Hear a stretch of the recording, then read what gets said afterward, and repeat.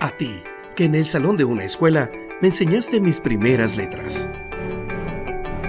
A ti, que me enseñaste el valor de mi cultura.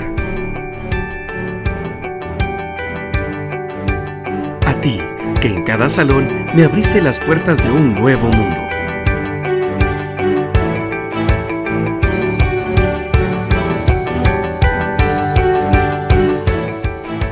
A ti que a través del deporte me enseñaste a vivir saludablemente.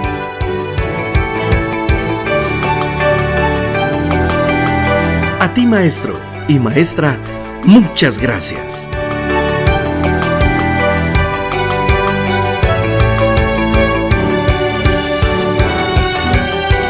Porque en sus manos está el futuro de nuestro país.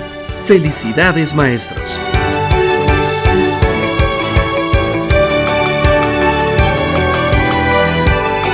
...25 de junio, Día del Maestro.